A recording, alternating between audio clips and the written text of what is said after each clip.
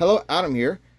I just wanted to show a video of my Losi 22S drag mid-motor conversion and share with you all the features that are built into this chassis.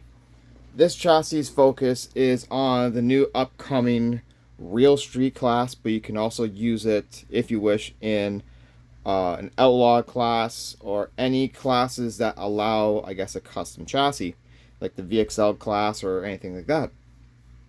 So the goal with this is to create a relatively inexpensive conversion kit for the Losi 22S, but have it packed full of features that really no other conversion offers. What's great about the Losi is it's on sale for a ridiculously low price, and then if you combine it with this conversion kit, it should make such a really good killer ride. I have just done some preliminary testing, and I am very impressed with how it ran. Really enjoyed it. It's really fun. There is some videos and little shorts on my channel and posted into the Facebook groups that I'm part of. So without further ado, let's go over the features built into the car. We're going to start off in the front with the bumper. So the bumper has a kind of built-in little spring effect to it, so that if you hit something, that's going to take a little bit of the impact. As you have noticed, is that many of the parts on the car are 3D printed. The reason why I did this is because it allowed me to produce the parts really cheap. Not only that, any kit or conversion sold will come with a USB stick loaded with all the files, all the STL files of every single part meant to be printed, that you can print in your own spares, or you can buy a cheaper version of the kit without the 3D printed parts, and you print the parts yourself, saving you money. All the parts that have been designed are beefed up to take a hit. They are thicker than, I guess, you would find in a normal factory or anything like kit like that. And the reason being is then you can use inexpensive and a weaker 3D filament like PLA, or you can use PLA plus. These parts have been printed in PETG. Down the road, if this becomes popular, I would like to get a better 3D printer that can print them in nylon for increased strength. But all the parts that I will be printing with the kits, that if people purchase the kits with the 3D prints, will be in PETG at 100% infill with a very thick wall, so they're very, very durable.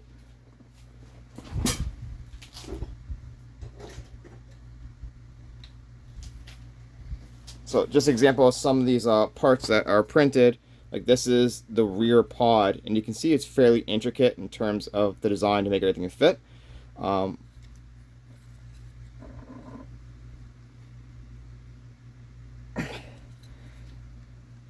You know, it's not doing justice because you're not smashing at 60 miles an hour, but they are built to take a beating. Let's see if I can actually break it.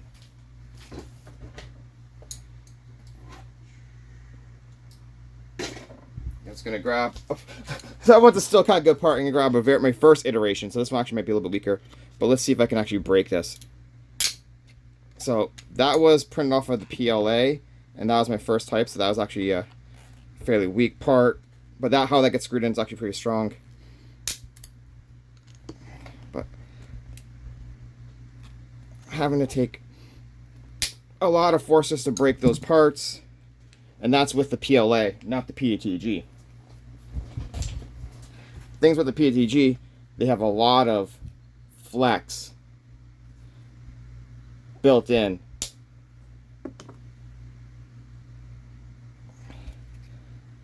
Again, these are early stage prototype pieces, with new parts being way stronger. But really, normal stock parts that are injected molded won't be much stronger than that.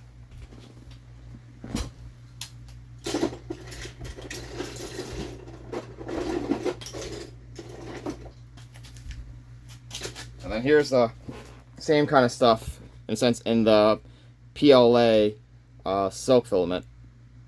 So you can see it still has a lot of flex, and being 1/8 thick, it's quite still strong.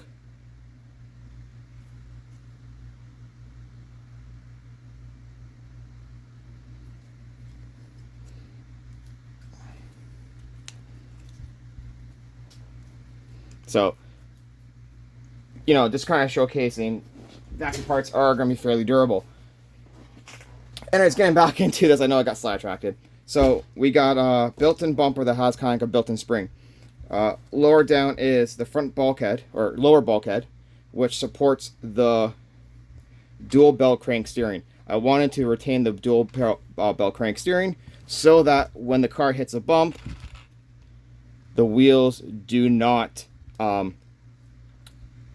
have experienced bump steer. As you notice with me moving the suspension, the top part here, it has a built-in floating body mount. In the testing, it actually showed work quite well. Videos has shown it working just as intended. So built in is both a front and rear floating body mount. Also built in and kept compact is the servo is relocated to the front end. It's located to the front end, but also higher up. That actually aids for the weight transfer to the rear, increasing rear grip ever so slightly. But you can see that it keeps it kind of compact. Sorry, it keeps it all compact while retaining the ball crank, dual ball crank.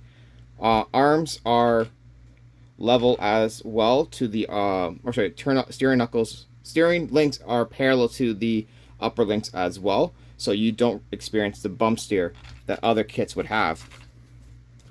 The front end suspension is been switched over to use a push rod setup.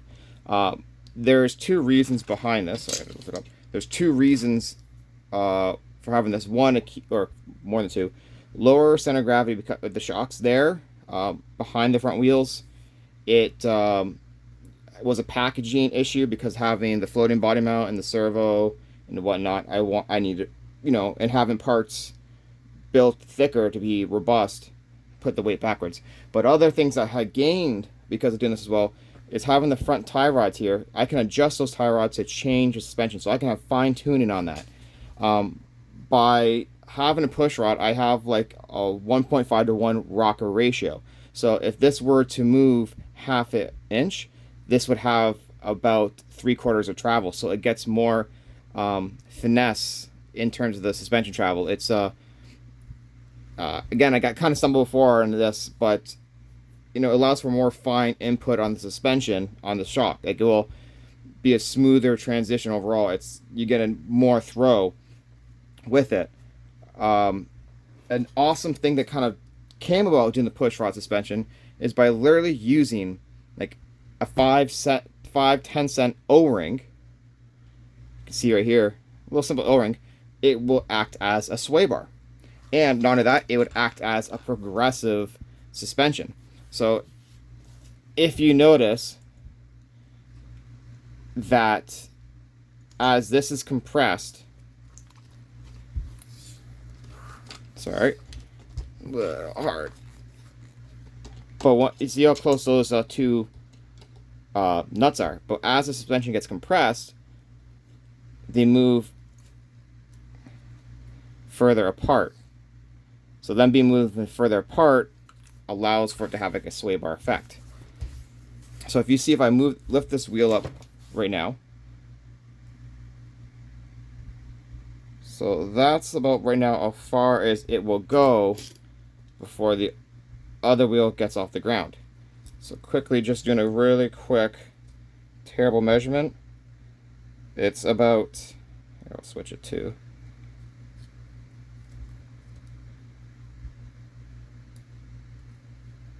and it's roughly about 2 inches off the ground at that point. Now if I put this little simple O-ring on, which again, you can change different O-rings to have a different sway bar effect. Now if I pick that suspension up, so I'm ready to get off the ground. So right there,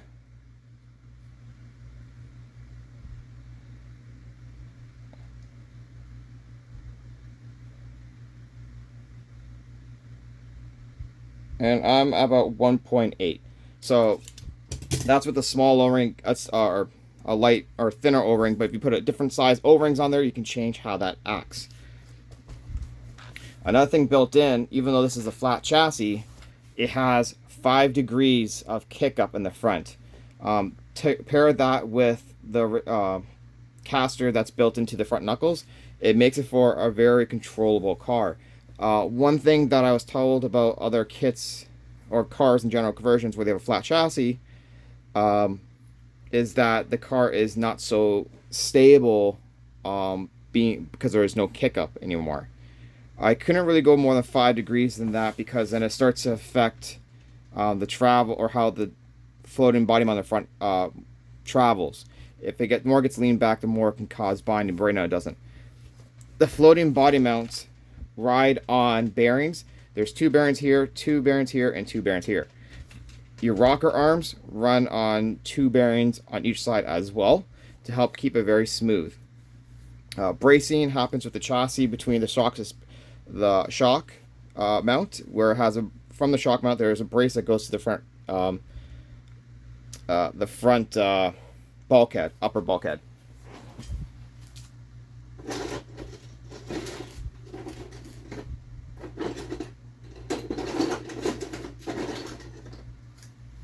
So these are just older kind of versions of the part, but to give you kind of the idea of what's going on in terms of intricacy. Yeah, how intricate. Oh my goodness,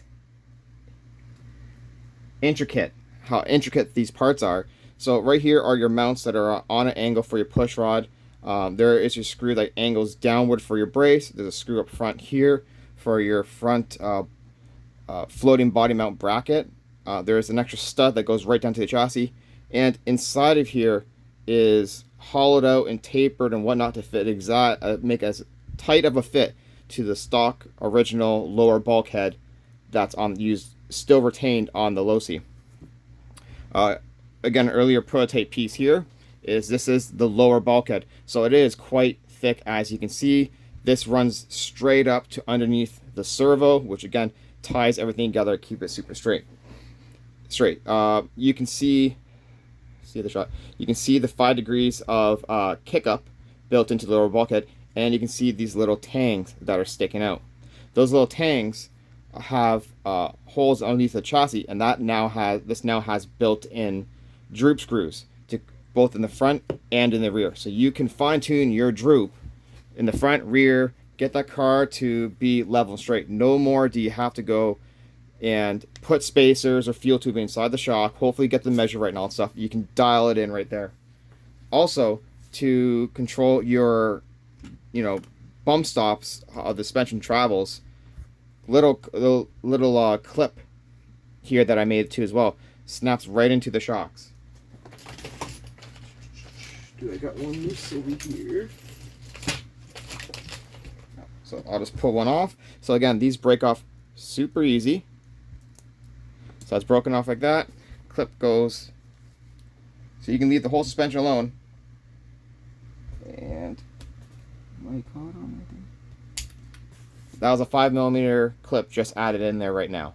So very simple to make your shock adjustments, both droop and bump stops. Working our way down, you can see right here is my receiver. There's a little tang built in onto the front brace for your receiver to sit. So now going to where the battery is. So you can see how do you get your battery out. Now the battery holds in there quite well thanks to being little cutout clearances in the chassis to run. You can either run an elastic band or you can run Velcro straps to hold that battery down.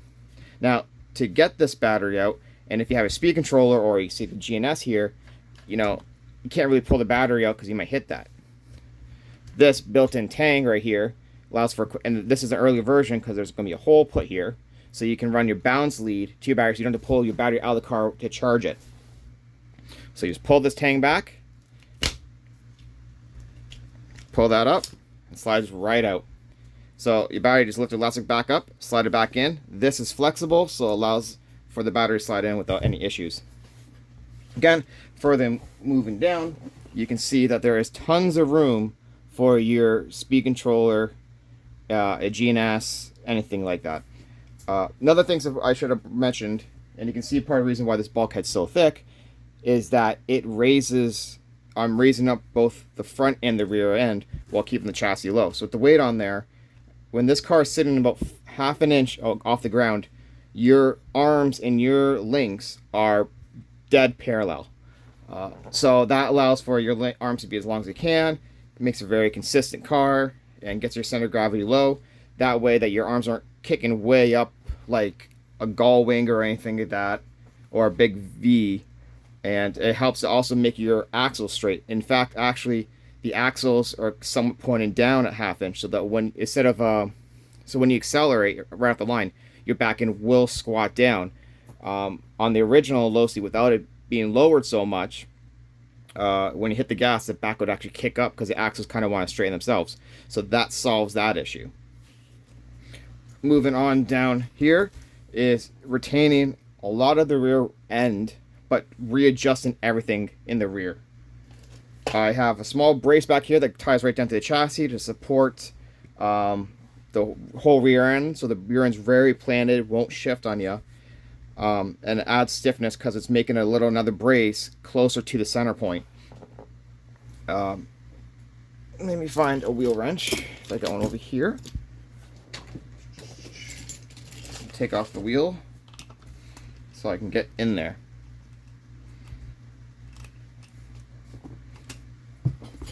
So other conversions that go mid-motor end up using the hole for the sway bar to mount the shock. You don't do this anymore. The arms are flipped around. Arms are flipped around so that your shock lines up into your shock tower, and you have all 3 points in the back end. Not only that, your shock is now sitting dead straight as well. To control your upper links, there are J-shaped links that have a ball stud on the bottom and a bearing up top, and then your brace runs on bearings as well. So this has really smooth movement with the suspension. Using the top holes here, very solid brace up there for the body going on. This rear bulkhead and being designed so intricate that it actually had allowed me to take the transmission.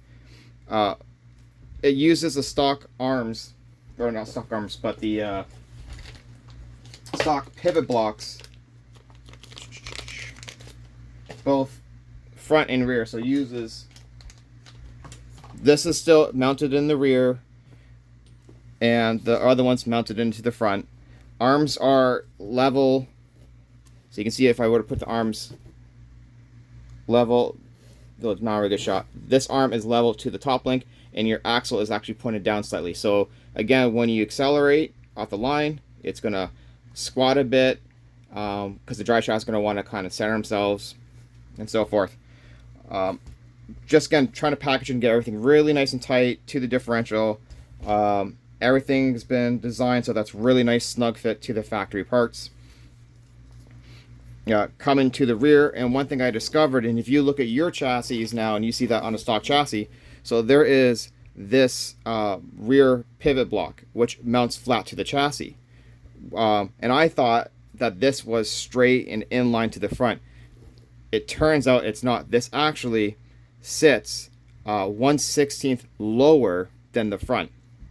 And what does that mean is now that your arms don't actually sit flat. They kick down like this in the rear. So this is very rear car. Instead of your arms being flat, they're kicked down like this.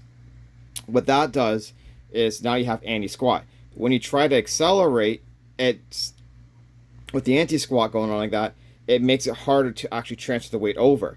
If it was positive, it definitely aids in the transfer because it makes it rock smooth. But once like this, it doesn't really want it lay flatter. Now built into the back end, and you can see how much the rear end is raised from the chassis just to get it so it's about half an inch off the ground. There is right now a 1/16 shim that sits underneath there, and included with it is going to be there's two shims. So if you have no shim, it's like stock configuration with the anti-squat found on normal chassis. You put in one shim, it makes it neutral, and you put a second shim in, it makes it positive squat to aid the weight transfer going on. So that kind of goes over a lot of the features there. this is a machined aluminum chassis. There is also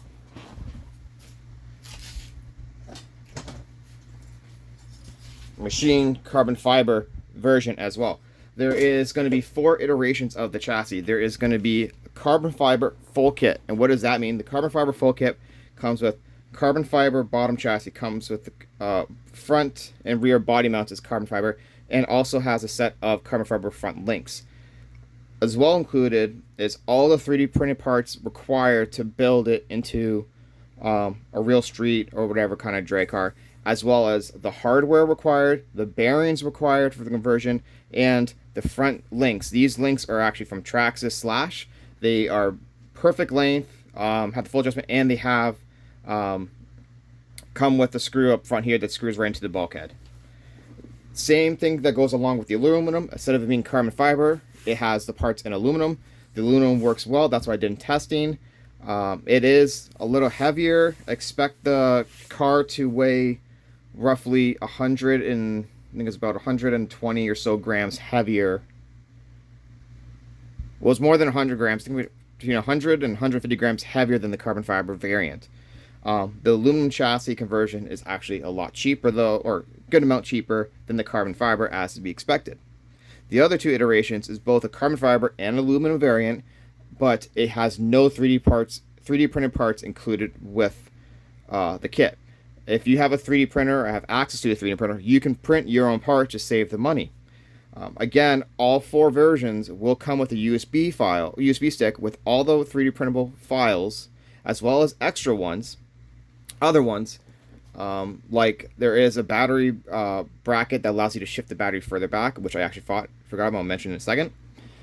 There is a rear insert that's half an insert, because if you want to use a wheelie bar, this is a carbon fiber version of the wheelie bar, which will have would bolt right underneath the rear pod.